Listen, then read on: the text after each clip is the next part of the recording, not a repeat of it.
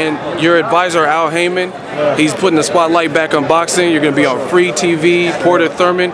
What is Haymon doing with the Premier Boxing Champ Series? I mean, he's just taking it to a whole nother level. You know what I mean? I mean, you haven't seen this type of excitement or explosion boxing since, you know, the Sugar Ray Leonard's back in the day, the Mark Hagler. So he's just taking it to a whole other level, man. And, you know, he gets a lot of hate when it comes to everybody else on the outside, but he's in a situation that he's making us rich, and he's giving us tremendous exposure, and he's making us look at Berto's suit. Oh no, this right here, light. This light. He said, "I seen Berto with the Ray. Berto got the Ray." He said, "It's light work to watch." You know, so I mean, you can't fault a man for that. I mean, we're in that risking our lives every time we step in there. Every time. You know, so who is it for anybody to tell us we shouldn't get paid this, we shouldn't get paid that? Like it's crazy. So I think that you know, he's tremendous for boxing, and he's putting on great fights too. Now, what about the people who have criticism against PBC? They say Al Haymon's ruining boxing, different things like that. I mean, you look sharp. You're always at the events, get to cover or go to the fights. So, what do you think about Al Haymon and the PBC structure? I mean, people say what they want, but it's the fighters complaining. You don't see fighters complaining, but you see fighters driving in Ferraris and Lamborghinis and jewelry and nice clothes and stuff like that. So jewelry, you said? What you jewelry, say? Shoes. You got the shoes. The fighters not complaining. I can see if the fighters were complaining, then that'd be something. But the fighters not complaining. What do you think of the PBC structure? Some people hate it. I love it. Why do you think people hate him? Because he black. Simple as that. You know what I'm saying? Why would you hate on somebody that's making boxing ready for you on regular TV? It's not on premium TV. I don't make a lot of money, so I can turn on PBC and watch it. You know what I'm saying? And you know something. We make a joke about this all the time. After the fighters, thank God, the next person they thank is Al Haymon. Every time. Go back and watch it. They say, I would like to thank God because he made all this possible. I like to thank Al Haymon. Every time. I never heard none of Al Haymon's fighters talk bad about him or anything. Because he just know what he's doing, man. He's taking the power and putting it back into the boxer's pocket where it should be. The fighter getting compensated like he's supposed to, and they get the exposure that he's supposed to get, and they getting paid. Them dudes who want it on premium TV is because they money hungry. You don't feel it, then it must be too real to touch. Invasion. You'll never in your life try to knock the truth. The illest shit ever. Get ready, cause this is about to get heavy. Trying to keep me out, trying to censor what I say, cause they don't like what I'm talking about. So it's wrong with the media today. Prove I'm lying if I ain't correct. What up, Fight World? It's your boy Ego, and I'm back with some more boxing. Well, I have to say, it is not looking good for the PBC detractors. New media is really putting a hurting on you boys. Like I told you when it started with this new media stuff, it is no longer about the media and fans just propagating things, throwing things out there without explaining. As you guys seen, just two random clips from PBC fighters, Errol Spence Jr., Andre Berto, who's been with Haymon for quite some time. Listen to what they're saying. And the thing is, Al Haymon has gotten such a bad rap. And it's funny, it's always been funny to me, this whole Haymon hatred, because Al Haymon, out of all, he's not even a promoter for starters. But most importantly, he's an advisor who has people put on his fights. So we know he has some level of, I guess, ownership in his product, the PBC and stuff like that. But this is the thing I never understood, is everything that they throw at Haymon and say, you can't really quantify, because he doesn't even speak to the media. Out of all the actual promoters and advisors, he's the most mysterious. He's this enigma. He's like Bigfoot. I know someone personally who their little son takes pictures with all the fighters, always at the boxing, huge boxing fans, right? And they try to get a picture with Al Haymon, and the security guards are like, oh, no. And he doesn't even take pictures, you know what I mean? Let alone do media interviews. So the point being is, everything that's said about him is really just people talking, other than maybe someone said, oh, I talked to Haymon and he said this. But for the most part, what a lot of the fans are saying, there's no way to even corroborate some of the accusations, because he's not even in the medium. When you talk about Bob Arum, you talk about Oscar De La Hoya, you can find their faces on plenty of YouTube videos and interviews and articles where ESPN or a YouTube channel actually interviewed him. You know what I mean? Guys like Freddie Roach, he's not a promoter, but the thing with people like that is they say a lot of times contradictory things, where you can see video A and video B and they're saying two completely different things, similar to Donald Trump. I just seen a video where someone made and they picked out stuff he said last year about Mexico and Mexicans, and he's like, they're bringing their drugs, they're bringing their rapists.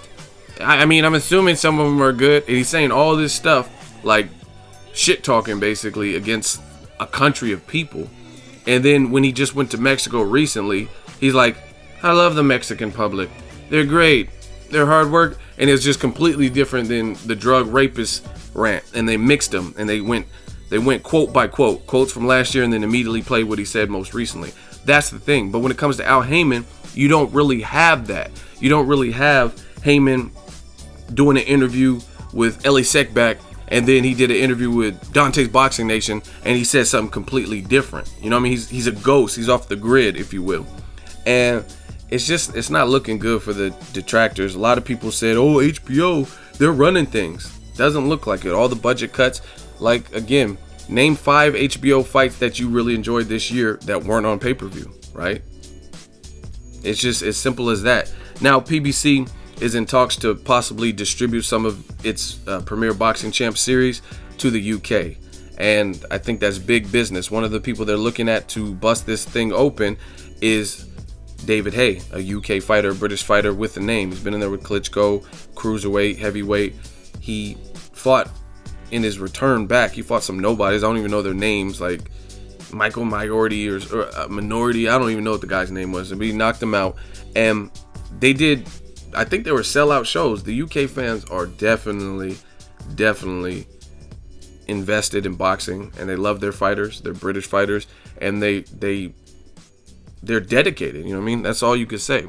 You don't really see the bullshit that you see in the States. I've seen absolute wars like Bradley, Ruza, and Provatnikov, and both fighters get tired in one particular round, and it's not as much action as a previous round. And then you have motherfuckers in the crowd drunk booing. Like, they're just giving you an all-out classic fight of the year candidate, and you're booing. Meanwhile, you look at Scott Quigg versus Carl Frampton. It didn't even open up, and it was never, to me, it was okay towards the end rounds, but it wasn't a classic fight. It wasn't a Thurman Porter, and nobody booed. And those first 4 rounds were pretty slow, you know what I mean, as it was trying to open up and no one wanted to make a mistake. It wasn't like Carl Frampton versus Leo Santa Cruz based on styles make fights, you know what I mean? That was for UK bragging rights. That was a fight that had festered and built up. So you've seen Quigg and Frampton, plus he had a broken jaw, but aside from that, no one wanted to make a mistake because there had been so much banter about who would win that domestic fight. But if Al Haymon pulls it off, he's really hurting the competition. He's doing great with the Premier Boxing Champs, setting new records. We thought Thurman Porter numbers were great. It was also obviously a great fight. And this is the thing. You have to keep in mind things like Abner Matas Jesus Cuellar was supposed to be on that undercard for Thurman Porter. Imagine if it was as intended, that card. You know what I mean? Those numbers could have even been higher. And then Errol Spence piggybacked off the Olympics and did great numbers, 6 million. So it's just becoming harder and harder for the Al Haymon is the cancer of boxing. He's ruining boxing. Because even if we're getting middle of the road fights or low level fights, whatever you want to call them, it's still boxing on frequently. Like Robert Guerrero versus David Peralta. I mean, Guerrero's had a pretty tough schedule, so that's the type of fight he needs. And he got upset, so it's not. And they gave it to the right person, right? You see some of the other promoters, and when it's the controversial fights like Canelo Lara, you know who they're going to give the fight to. They're going to give it to Canelo. In fact, Canelo versus Khan on pay-per-view, Amir Khan was clearly winning the first 4 rounds. I can understand if you gave rounds 5 and the stoppage round 6 to Canelo, but 2 of the 3 judges had it for Canelo winning. So it was pretty much written that unless Amir Khan knocked out Canelo, which we knew wasn't going to happen, that it'd be hard pressed for the judges to give it to him, to give it to Amir Khan. So I mean, Al Haymon, he's definitely doing his thing, and all of what I'm hearing is just, it's looking foolish. People, oh, PBC, they wasted so much money, but they keep doing new things. Like, if you look at it, who looks like they're having a harder time? Like, again, you look at some HBO fights or Golden Boy fights like Curtis Stevens versus David Lemieux. Neither guy is a champion. David Lemieux, in his first title shot, he got a vacant belt, and his first title defense, he lost that badly to Golovkin, right? And he missed weight versus James De La Rosa, so that fight got scrapped. Came back, looked good against Glenn Tapia, And now we're at a standstill with the fight with Curtis Stevens. No doubt that's a good fight, but what's taking so long to get it made? You know what I mean? Fights like Thurman Porter, aside from the car accident, they seem okay to make, and you know what I mean? And that's a harder fight to make in terms of Sean Porter only had one loss, Thurman undefeated. You got to make sure they're satisfied purse-wise and stuff like that. But you look at David Lemieux, Curtis Stevens, both guys have multiple losses. Curtis Stevens, I don't know how many losses he has. David Lemieux has 3 losses, I think it is. 2 of them by stoppage. So, you know what I mean? It's not like a championship fight. Why is it so hard to make? So you tell me who's really struggling. So everything they say about Haymon, I'm just not seeing all of it currently. Oh, he's struggling, and Bob Arum saying he burned through his money, and I mean, he keeps doing and producing new results, and people are tuning in. So I'm not getting it. Why Bob Arum's having to take his fight instead of fighting on the network who's housed Pacquiao fights for the last 10 years, he's having to distribute it independently and not have a replay and all kinds of stuff. So you really tell me who's winning. I remember there's a clip that I'll play right now, and Bob Arum did an interview with Dante's Boxing Nation, and Dante asked him something like, oh, would you be willing to work with Al Haymon? And he was like, nope, and he walked away. But now, in recent interviews, he's saying, oh, Haymon has a whole lot of great fighters that I would like to match with Bradley and this and that. So why the sudden change? So again, you guys tell me what it is. I think Bob Arum realizes that Top Rank is at a point where some of their stars, like Marquez, he doesn't even know if he's going to fight. I think he's with Top Rank, but he doesn't know if he's going to fight again. Pacquiao, he can only fight on certain dates, right? Because he's a senator, and he's kind of towards the end of his career. Arum saying he might fight a couple times, but we got to see what happens in the Jesse Vargas fight. But it's not, Pacquiao doesn't have the same drawing power where he can just fight David Diaz or Jesse Vargas, and the fans are going to love it no matter what. So it's just PBC they're really holding the torch. They're putting on not only a volume, a lot of those fights are quality fights, and we're getting a lot. We're getting upsets. Andres Fonfara, Joe Smith Jr., the Robert Guerrero versus Peralta. You know what I mean? That was a 70-1 underdog, if I'm not mistaken, and he won. So it's just not looking good for the detractors who kept saying that Haymon was the only one putting on mismatches and this and that and the fights that nobody wanted to see. What about Canelo Khan? Who picked Khan to really move up to 55 and beat him and win on the scorecards? Not many people. You know what I mean? A lot of people are counting out Liam Smith. Despite if he has a chance or if he does better than people expected, a lot of people aren't picking him. You know what I mean? Who's really picking Brook? That's a K2 fight. Who's really picking Brook to beat Triple G? Right? Not too many people. But you're getting Leo Santa Cruz, Carl Frampton, and you're getting like Rashad Warren versus Payano. He lost to that guy, right? So it's just there are a lot of good fights, and when you're dealing with that type of volume, not every fight is going to be Porter Thurman. You have to realize that. You know what I mean? You can't even get mad at Errol Spence versus Bundu because that was an eliminator, and the number 1 person in line, Konstantin Ponomarev, didn't take the fight, right? He was injured or sick or whatever his excuse was. He didn't take the fight, so they moved on down the list. It was Bundu. We've seen what happened. Now he's in line for a title shot. That's what's supposed to happen, guys. You're on a path to the IBF. You take the IBF route. Why would you not? Why would you go ahead and fight Keith Thurman when you have to fight Bundu, and then you'll get a title shot, and then now you can ask for more money when you fight Keith Thurman if you become the IBF champion, which looks like a high likelihood because we don't know if Kell Brook will ever be able to make welterweight. We don't know if he gets knocked out bad by Golovkin. He might not be the same fighter. You know what I mean? Going up 2 divisions and getting knocked out by a menacing puncher. So Errol Spence, guys like that, they're doing what's right. Keith Thurman, he has a mandatory David Avince or whatever. So I'm sure a Danny Garcia fight can happen in the future, but you gotta run its course. You want to keep your belt. You gotta fight who you fought. And you know what I mean? People didn't have a problem when Kell Brook was fighting mandatory after mandatory, right? So once again, it's coming to the point where it's becoming harder and harder to even the people who wanted to pick sides. Me, it's not about picking sides. If HBO's doing great and Showtime isn't, I told people that. I'm like, man, what's the point of me having a Showtime subscription? The video's on the channel, right?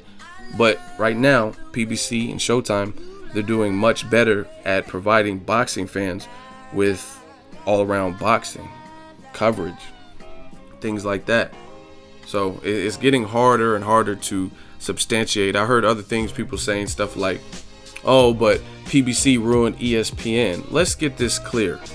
ESPN, first of all, they do a lot of gimmicky things, like Ronda Rousey gets Fighter of the Year, and then her next fight she gets knocked out. You know what I mean? She beats guys like Golovkin, Terrence Crawford, and Floyd Mayweather, who had just beaten Pacquiao, and she gets it. Conor McGregor got choked out by Nate Diaz in the first fight, and he gets Fighter of the Year.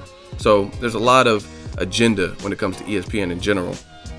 Aside from that, is ESPN, I've watched it, like the old ESPN fights, they were never really big names on there. There were people who were considered to be washed up, past prime, or like prospects and stuff like that.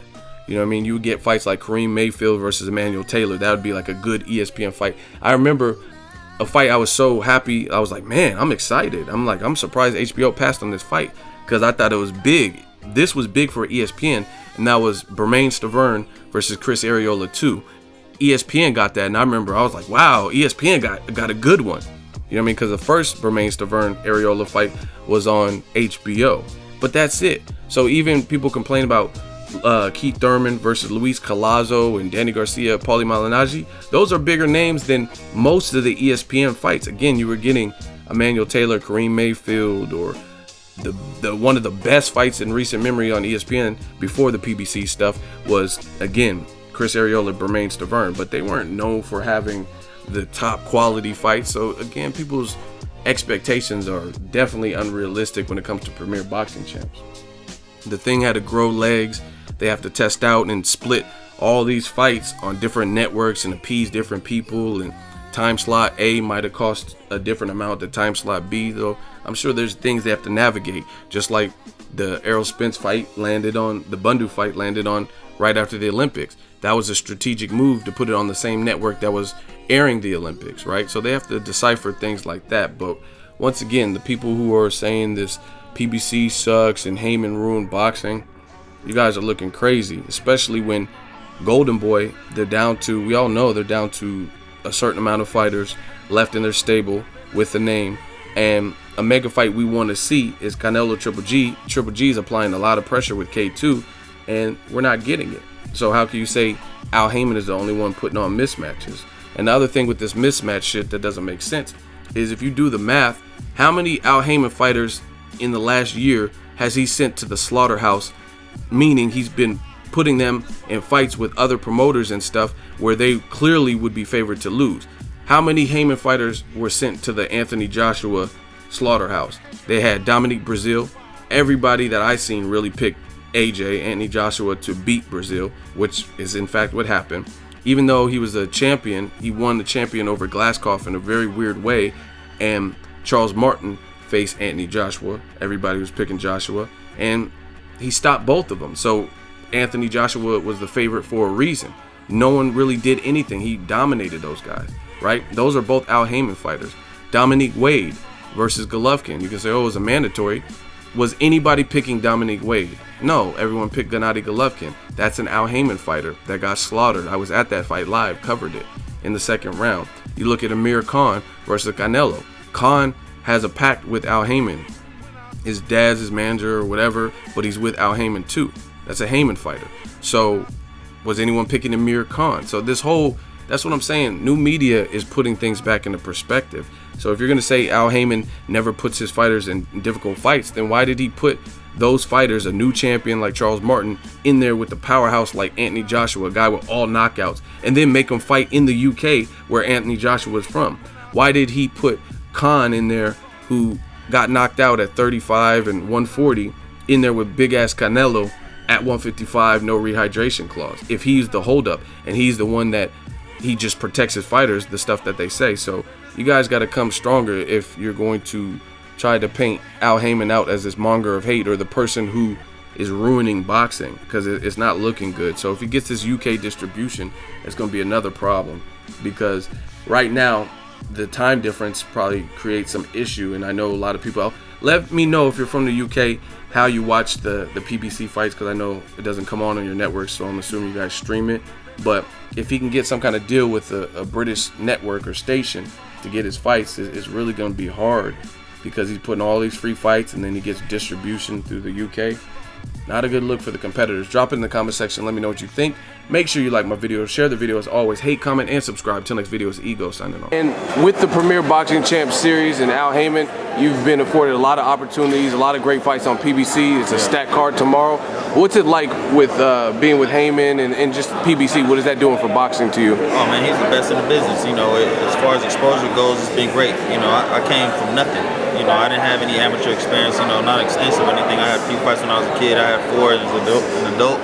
You know, and for me to be able to sign with Al Haymon off rip and get my career going, you know, it's been a true blessing. You know, I'm always grateful to Al Haymon and to the whole family, the whole team, man, because they take great care of us, and I'm happy to be a part of that. One thing I don't do, I don't call out fighters. You know, I fight whoever Al Haymon say is the guy to fight, and I have a couple people, you know, that I would like to fight, but I'm not where I want to be calling people out. That's just not my style. Got you. You know, I don't do the trash talking. I don't call people out. I just go with the flow and fight whoever. Okay. And last thing, Al Haymon, sometimes he's subjected to criticism. What do you think Al Haymon's doing for boxing, PBC? Man, I'm not sure. I know he's doing great for me. You know, me and my daughters thank Al Haymon, you know, in our prayers every night. You know, he's changing boxing, but I can't really speak for everybody else. I'm speaking for me. I mean, Al Haymon is great to me. You know what I mean? He's the blessing in disguise. Okay. And you fought actually on the Texas card for Premier Boxing Champs, PBC. What was that experience like? And do you like the PBC series? Oh yeah, it was great, man. What I liked most of all was just how they treated me. They took care of you? Yeah, they accommodated me very well. You know, paid me very well. You know, nice little luxury suites, and you know, and been able to meet, you know, Sugar Ray Leonard and everything. It was a great experience. So overall, Al Haymon, some of the critics that are harsh on him say he's a cancer to the sport. Is PBC a cancer to the sport, or is it a good thing for boxing? PBC is the best thing that's happened to boxing. And Al Haymon is the other best thing that happened to boxing. And there's so many people, regular people that I see, like when I was on the airport coming home, so many people that's watching boxing now who weren't originally boxing fans. But since it's coming on regular TV now, more people are starting to watch it. So I think it's the best thing that's happened to boxing. So if you enjoyed this video and want more content like this on the channel, you can show your appreciation by going to the PayPal donate button or the YouTube support button, and you can donate any amount that you feel is equivalent to the value of this video. Much more to come. Thank you guys for your support. Boxingego, the future of boxing.